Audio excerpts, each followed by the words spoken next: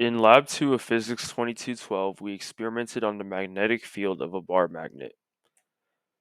The purpose of this lab is to investigate the distance dependence of the magnetic field of a small bar magnet. The glow script is then used to simulate the magnetic field of a bar magnet, and the two magnetic fields are compared. It was found that as the magnitude of the net magnetic field increases, the distance decreases. The magnetic dipole moment is 3.29 am squared. The measured off-axis magnetic field is 5.24 e negative 6 teslas, and the simulated off-axis magnetic field is 4.11 e negative 5 teslas. An important concept used in this lab is the Biot-Savart law, which describes the magnetic field generated by a constant electric current. The equation for the law is shown.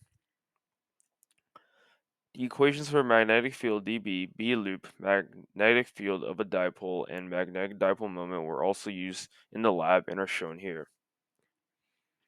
In this experiment, a magnetometer app was used on the phone to compensate for the magnetic north. When doing this, the x component should be 0. Both the on-axis and the off-axis magnetic fields were then measured. The system is the magnetometer, which acts as the observation point. The surroundings are the bar magnet and everything else. It is assumed that the bar magnet is a magnetic dipole. It was observed that as the magnetometer moved closer to the magnet, the measured x component of the magnetic field increased. Here is the data from the experiment. It tells us that the off-axis magnetic field is 5.24 e negative 5 teslas. The graph also tells us the slope and the y-intercept. Using the shown formulas, we can determine the magnetic dipole moment. N is equal to the slope and the y-intercept is equal to the natural log of k. The magnetic dipole moment can then be found, which is 3.29 am squared. For the computational model, the equation for the Biot-Savart law was added to the code along with the magnetic dipole moment. The results can be seen here. Using the results from the computational model, we can determine the simulated off-axis magnetic field, which is 4.11 e negative 5 teslas, which is different from the measured magnetic field, which is 5.24 e negative 6 teslas.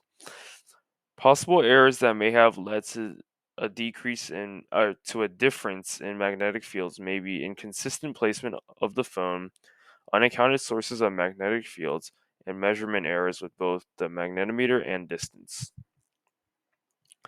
If the magnetic north was not compensated for, both the x component and the y components would be different, as the magnetic north would contribute to the overall magnetic field. Since the magnetometer is on a flat surface, the z component will not change much, if at all. If there were two identical magnets, the combined magnetic fields of both would cause the magnitude to increase. Since the magnitude increases, the distance would decrease.